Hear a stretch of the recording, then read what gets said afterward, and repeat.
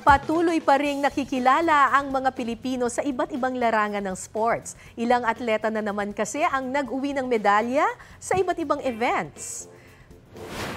Sa martial art na Vovinam, nakuha ni Hergy Bacyadan ang kauna-unahang gintong medalya ng Pilipinas. Yan ay sa 66-kilogram category ng 7th World Vovinam Championships sa Vietnam. Itinanghal namang World Youth Chess Champion ang FIDE Master na si Christian Giancarlo Tade Arca sa World Youth Blitz Chess Championship sa Italy. Nakakuha siya dyan ng score na 8.5 out of 9. Siya ang pangalawang batang Pinoy na nakakuha ng medalya sa kompetisyon. Congratulations and good job!